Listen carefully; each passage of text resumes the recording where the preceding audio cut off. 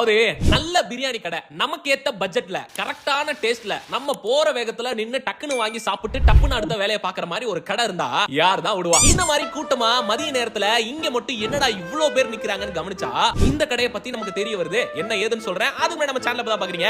மதுரை சம்பந்தமான அப்டேட்லாம் தெரிஞ்சுக்கணும் நினைச்சீங்கன்னா நம்ம சேனலை ஃபாலோ பண்ணிக்கிறது நல்லதுங்க. நம்ம மதுரையில நேரா ஒத்தக்கடை வழியா போனீங்கன்னா ஹைகோர்ட்டுக்கு ஆப்போசிட்ல ஒரு மினி வேன் நிக்குது. அதை சுத்தி இவ்ளோ பேர் கூட்டமா இருக்காங்க. படிக்கிறவங்க, வர்றவங்க, போறவங்க, வேலைக்கு போறவங்க, அந்த பக்கம் கிராஸ் பண்றவங்க கூட நின்னு நிறைய பேர் வாங்குறாங்களே. என்னடா எட்டி பார்த்தா இதோட பேரு பாய் பிரியாணி அப்படின்னு இருக்கு. இங்க சிக்கன் பிரியாணி வயிறு நிறைய சாப்பிடுற மாதிரி நல்ல டேஸ்ட்ல வெறும் 80 ரூபாய்க்கு கொடுக்குறாங்கன்னா பாருங்களேன். முட்டை பிரியாணி 60 ரூபாய்க்கும், பிளெயின் பிரியாணி 50 ரூபாய்க்கும், சிக்கன் கிரேவி 50 ரூபாய்க்கும் வெறும் பிரியாணி மட்டும் கொடுத்துட்டு இருக்காங்க.